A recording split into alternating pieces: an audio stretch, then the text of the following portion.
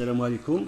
Alors dans la première partie de ce chapitre, on a fait rappeler des notions sur l'atome et les modèles que les physiciens ont établis pour étudier la physique de cet atome. Maintenant, on va voir le tableau périodique des éléments chimiques, c'est-à-dire le tableau qui regroupe l'ensemble des éléments chimiques découverts actuels jusqu'à maintenant. Alors, un peu d'historique. Alors, on a eu la première tentative qui a été faite par le chimiste Dalton en 1810 de classer les éléments chimiques connus en 100 ans. Alors, vous voyez ici, je vais faire un zoom. Alors, il a voulu faire une classification des éléments connus alors il a donné des symboles pour chaque élément chimique, voilà, et une lettre qui correspond à cet élément. Alors vous voyez ici l'hydrogène, l'azote, le carbone, copper le cuivre, le zinc, lead c'est le plomb, silver c'est l'argent, gold c'est l'or. Ce sont des éléments qui sont connus depuis longtemps. Alors, l'anecdote, c'est que le chimiste suédois Berzelius avait émis la remarque selon laquelle les autres scientifiques en Europe, par exemple en France, en Allemagne, n'allaient pas trop aimer les symboles proposés par Dalton, car de connotation anglo-saxon, puisqu'il a utilisé des appellations anglo-saxonnes, car il proposa d'utiliser le latin langue neutre pour choisir les symboles des éléments qui seront acceptés par tous. Alors c'est quoi en fait le tableau périodique? C'est un outil pédagogique qui unifie les informations chimiques et établit une unité parmi les phénomènes chimiques divers. Alors, il y avait plusieurs travaux, mais le plus important, c'était la classification de Mendeleïev en 1869, qui établit un tableau regroupant les 66 éléments connus à l'époque, rangés dans l'ordre des masses atomiques croissantes, de telle sorte que les éléments présentant des analogies de propriétés se trouvent dans une même colonne. Voilà. Vous pouvez avoir une image du tableau Mendeleïev d'origine, c'est-à-dire celui établi par Mendeleïev, et on vient de le dire que les éléments présentant des analogies de propriétés se trouvent dans une même colonne. Voilà, c'est-à-dire on a ici 5 colonnes, et bien plutôt 6 colonnes, parce qu'il y a le H, le lithium, et chaque élément sur une colonne a des similarités en propriétés chimiques avec tous les éléments qui se trouvent sur la même colonne. C'est ça l'idée apportée par Mendeleïev. Voilà. Alors Mendeleïev découvrait en fait l'existence d'un ordre naturel qui s'exprime par la loi suivante. Voilà, c'est l'idée de base sur laquelle Mendeleïev a établi son tableau, c'est que les propriétés des éléments sont des fonctions périodiques des poids atomiques. Voilà, c'est ça l'idée. C'est pour ça qu'il lui a permis de découvrir, c'est-à-dire de prédire l'existence du gallium. Alors la découverte du gallium Ga en 1875, dont les propriétés chimiques analogues à celles de l'aluminium. Voilà, vous pouvez voir que le gallium, alors l'aluminium est là. Alors normalement, il a dit qu'il devrait y avoir un élément, le gallium, qui a les mêmes propriétés que l'aluminium. Voilà, c'est ça. Alors, correspondrait très exactement à celle prévue par Mendeleïev pour un élément de telle masse atomique à valider le classement selon Mendeleïev. C'est-à-dire la découverte du gallium a validé cette idée de classement selon Mendeleïev. Alors cela s'est reproduit aussi avec la découverte du germanium en 1886. Voilà. Alors, après la découverte de la charge du noyau par Rutherford et l'introduction du numéro atomique Z, les atomes sont rangés par numéro atomique, nombre d'électrons Z, classés selon la configuration électronique des atomes croissants et non pas en fonction de leur masse atomique. Voilà. C'est-à-dire, on a remplacé la classification par masse atomique par celle où le nombre d'électrons est croissant sur le tableau de Mendeleïev. Voilà. Alors en 1922, c'est-à-dire après l'avènement de la mécanique quantique, Bohr donna une interprétation du tableau périodique d'après la structure électronique des atomes. Les éléments sont chimiquement voisins si les couches extérieures de leurs atomes offrent la même configuration électronique. Et c'est très intéressant.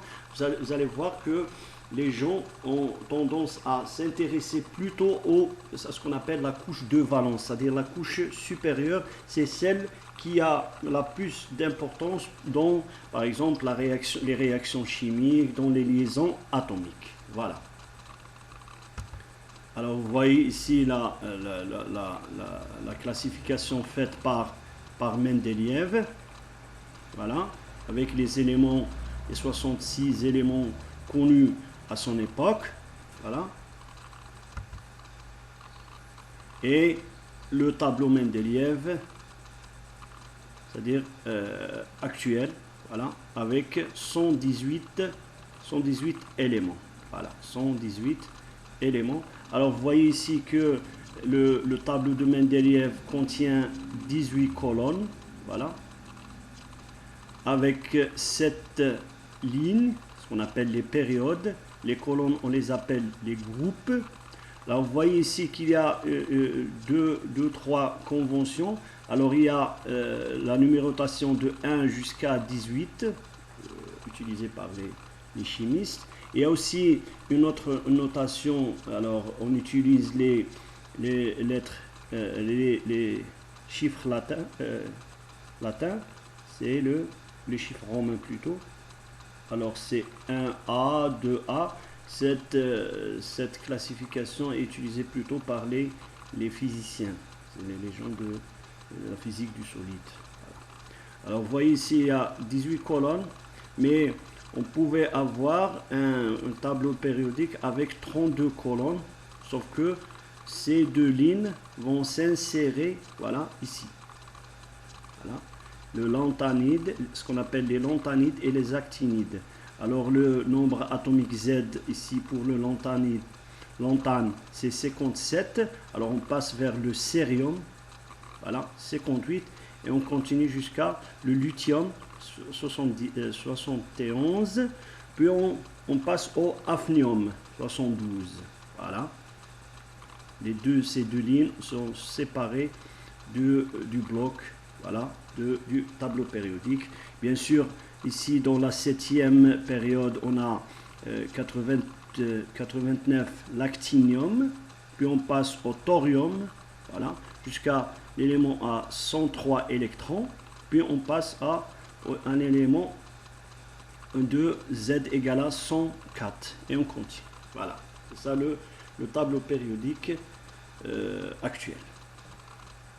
Alors, vous voyez ici que vous avez des éléments qu'on leur a donné des noms du latin UUN, UUU, UUB. Bien sûr, dans d'autres tableaux périodiques, vous pouvez avoir le nom correct de ces éléments. Mais qu'est-ce que cela veut dire?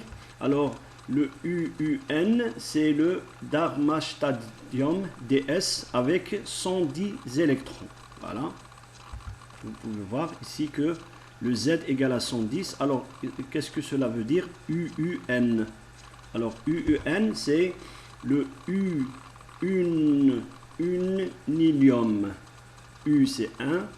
U, c'est 1. Nil, c'est 0. Voilà. 110 électrons. Le un, ou bien le unium. Voilà. Le ranthectium, c'est le Rg avec 111 électrons. U pour 1, U pour 1 et U pour 1. Bien sûr, le un biome, alors c'est 112 électrons, ainsi de suite. Voilà. Mais par exemple dans d'autres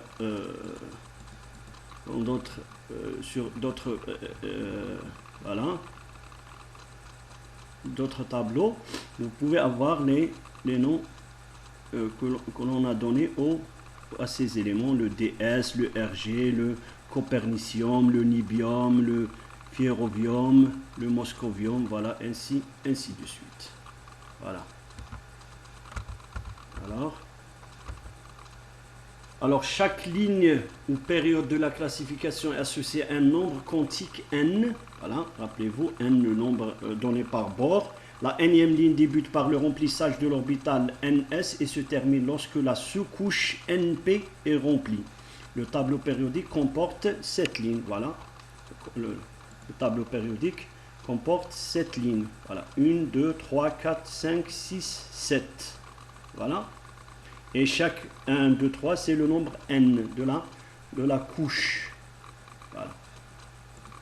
Chaque colonne ou groupe de classification rassemble les éléments de même configuration électronique de valence. Le tableau périodique comporte 18 colonnes, bloc F à part pour ne pas avoir une classification à 32 colonnes. Voilà, c'est ce que je viens de dire.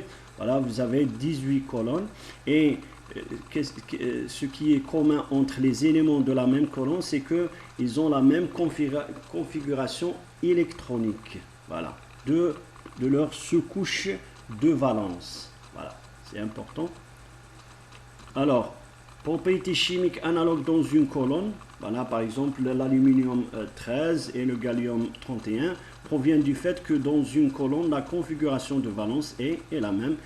Puisque la configuration est la même, voilà, elle peut donner des propriétés chimiques et physiques même analogues. L'hélium appartient au bloc S mais classé dans le bloc P puisque ses propriétés chimiques sont analogues aux éléments de la dernière colonne, ce qu'on appelle les gaz nobles. Voilà, vous avez l'hélium qui est mis sur la colonne 18 avec les gaz nobles. Voilà. Le Ne, le néon, l'argon, le krypton, le xénon, le radon. Voilà. On divise le tableau périodique en blocs, voilà, famille correspondant au type de la dernière sous-couche de valence occupée. La classification périodique fait apparaître 4 blocs correspondant respectivement au remplissage des sous-couches S, P, D et F. Voilà. C'est-à-dire le tableau périodique est divisé en 4 blocs. Vous avez le bloc dont la sous-couche est 1S. C'est-à-dire, il y a ici par exemple pour l'hydrogène, on a 1S1. Voilà. Pour le lithium, on a 2S1. Voilà. Maintenant, pour la deuxième colonne, ce sont 2 électrons dans la sous-couche NS. Voilà.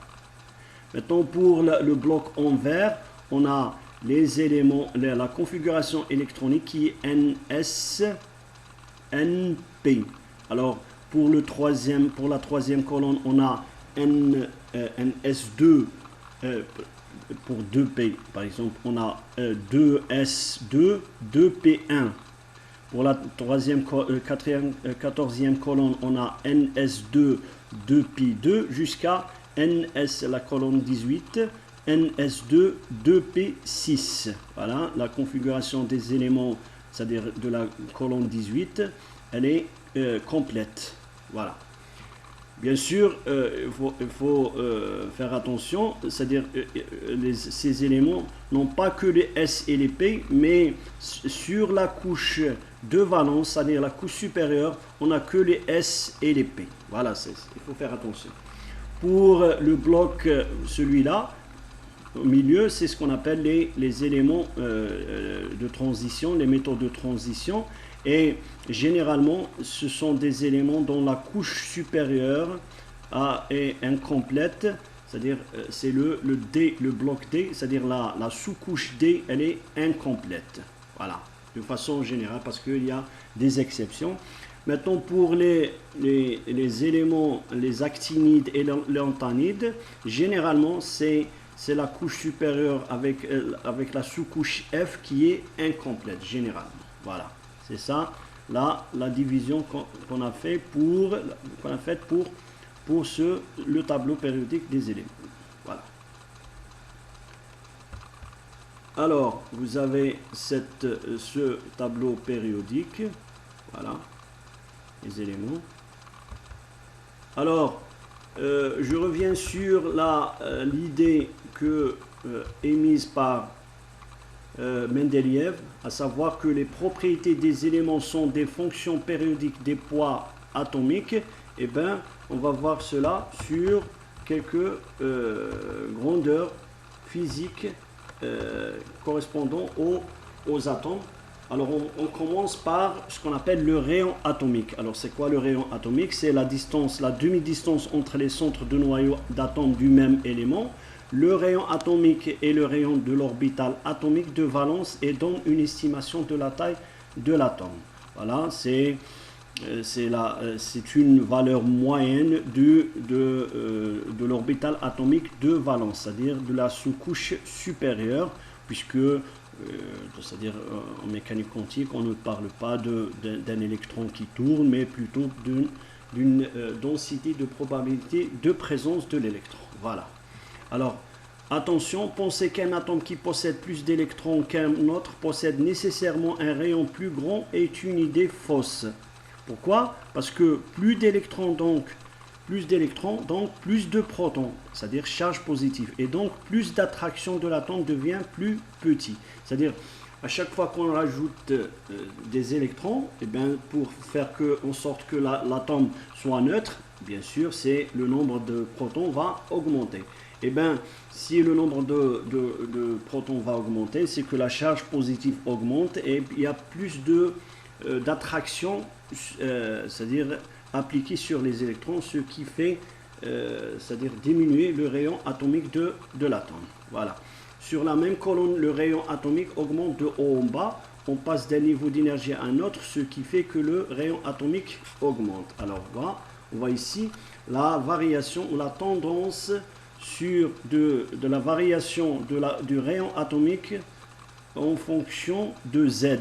Alors, on donne ici juste une partie du tableau périodique. Alors, vous voyez ici que le rayon atomique augmente de droite vers la gauche, voilà, sur la même ligne, c'est-à-dire sur la même période. Vous voyez que l'hélium a un rayon atomique de 31 picomètres, alors que l'hydrogène a un rayon de 53 picomètres. Maintenant, on passe à la deuxième période et on voit que le rayon atomique augmente. On a 53, ici pour le lithium on a 163 et ainsi de suite. Voilà, c'est la variation du rayon atomique en fonction du nombre atomique Z. Voilà, et vous voyez ici l'idée de la périodicité du rayon atomique, des propriétés, c'est une propriété physique de l'atome, en fonction de le nombre atomique Z. Vous voyez que ça, voilà, il y a une certaine périodicité dans le rayon atomique. Voilà, le rayon en fonction du nombre atomique. Alors, les anions sont en général plus gros que les cations. Alors, les anions, c'est quoi? Ce sont des ions négatifs.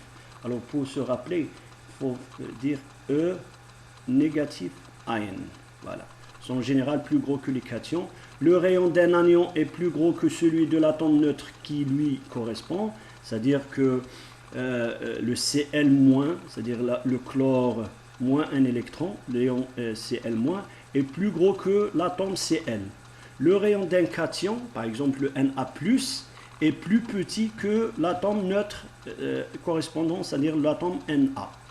Plus on enlève les électrons et plus le rayon est petit. Voilà. Alors, il y a aussi on voit ça sur l'énergie d'ionisation. Alors c'est quoi l'énergie d'ionisation? C'est l'énergie minimale à fournir pour arracher un électron à l'atome à l'état gazeux dans son état fondamental. On parle d'énergie de première ionisation, on définit la deuxième ionisation, troisième ionisation, ainsi de suite. Alors je vous donne ici un cas de l'aluminium gaz. Alors l'aluminium gaz, il va perdre un électron et va dégager une énergie qui est égale à 580 kJ par mol. Voilà. Il peut perdre un deuxième et un troisième, voilà, pour avoir la structure électronique du néon. Alors c'est ça le moteur qui permet, qui pousse les atomes à perdre ou à gagner leur électron. C'est pour faire en sorte que leur structure électronique soit complète. C'est-à-dire la structure de la sous-couche supérieure soit complète et soit semblable à celle d'un gaz noble. Voilà, le néon, le xénon. Alors pour l'énergie des orbitales atomiques, voilà, vous voyez ici que l'énergie d'ionisation augmente dans ce sens-là. Voilà. Alors le H, vous voyez la fameuse valeur de 13,6, c'est-à-dire vous avez un électron dans l'atome d'hydrogène. Alors pour l'arracher de son atome, il faudra fournir une énergie par électron égale à 13,6 électronvolts. Voilà. Maintenant, l'énergie d'ionisation, lorsqu'on passe d'une période à une autre, elle va augmenter dans ce sens-là. Vous pouvez voir les valeurs, voilà, avec bien sûr quelques exceptions. Alors, il y a ce qu'on appelle la charge effective. Alors, la charge effective Z ressentie par un électron dans un atome est la charge Z du noyau diminuée de l'effet d'écran qu'exercent les autres atomes situés entre le noyau et l'électron considéré. C'est-à-dire que, par exemple, pour l'atome d'hydrogène, on a juste un électron et un proton. Alors, le proton voit l'électron comme une charge négative et il n'y a pas d'écrantage. C'est-à-dire, l'électron voit la totalité de la charge du proton, le proton voit la totalité de charge de l'électron, il y a une interaction. Alors que par exemple pour l'hélium, il y a deux électrons, et bien parfois un électron ne voit pas la totalité de charge du proton parce qu'il y a un électron entre les deux. Voilà, et le proton ne voit pas la charge d'un électron parce qu'il y a un électron entre les deux, c'est-à-dire on parle de charge effective. Voilà, alors c'est un modèle établi pour juste permet de ramener l'atome polyélectronique, c'est-à-dire qu'il y a plusieurs électrons, à un modèle monoélectronique, c'est-à-dire qu'on a une charge de protons et une charge des électrons. Voilà, alors vous pouvez voir ici que alors la charge effective pour l'hydrogène c'est 1 parce qu'on a un seul électron, un seul proton. Il n'y a pas de charge qui va écranter l'effet de charge. Mais par exemple pour l'hélium, eh ben, au lieu d'avoir Z égale à 2 puisqu'on a deux électrons, on a juste 1,7 à cause de l'effet d'écrantage. Alors vous voyez que cette charge effective augmente de gauche à droite et sur les périodes, on a la charge qui augmente dans ce sens de haut en bas. Voilà. Alors il y a les énergies des orbitales de valence. Voilà. Alors vous avez le H, le 1s. Alors vous avez la fameuse valeur c'est-à-dire l'état fondamental. On dit que c'est ce qu'on appelle l'état fondamental. 1s1, c'est moins 13,6. Alors que l'hélium, l'énergie de l'état fondamental, 1s égale à moins 39,3. Et je vous rappelle une idée qu'on a déjà c'est-à-dire indiquée auparavant, c'était que à chaque fois, c'est le nombre d'électrons dans un niveau, voilà, affecte la valeur de l'énergie. Et bien ici, puisqu'on a juste un seul électron, on a une valeur de moins 13,6, alors que pour le même type de sous-couche 1s, et puisqu'on a 2 électrons, on a la valeur de l'énergie égale à moins 39,3. Voilà. Et bien, vous voyez ici la tendance, la variation de l'énergie des orbitales de valence qui augmente dans ce sens, et elle augmente dans ce sens de haut en bas. Et on vous donne ici les valeurs des énergies et leurs sous-couches correspondantes. Voilà. Alors il y a aussi l'électronégativité c'est-à-dire qui est concernée par cette variation. Alors c'est quoi l'électronégativité? Qui est la capacité d'un atome à attirer vers lui les électrons des autres atomes avec lesquels il est engagé par des liaisons covalentes. Et on dit que si, c'est-à-dire ici on calcule, on mesure les électronégativités, on fait la comparaison entre deux éléments. Si l'électronégativité d'un élément A est supérieure à celle d'un atome B, eh bien, un électron va de B vers A. Voilà. Alors, le fameux exemple de NaCl, voilà, vous avez Na plus et Cl moins. Le Na, comme on va le voir, le Na a une électronégativité inférieure à celle du Cl. C'est pour ça on a un électron qui va de Na vers le Cl. Voilà. Alors il y a plusieurs échelles. Je vais vous donner ici l'échelle de Mulliken est mesurée par la moyenne de deux tendances.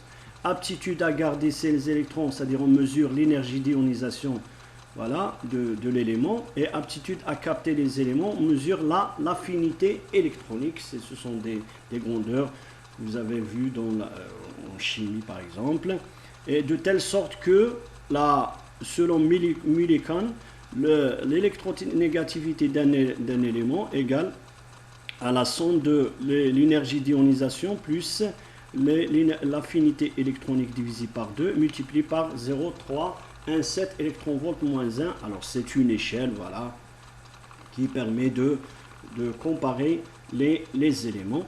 Voilà. Il y a une autre échelle dite de Pauling. Alors comment il fait pour avoir cette valeur d'électronégativité?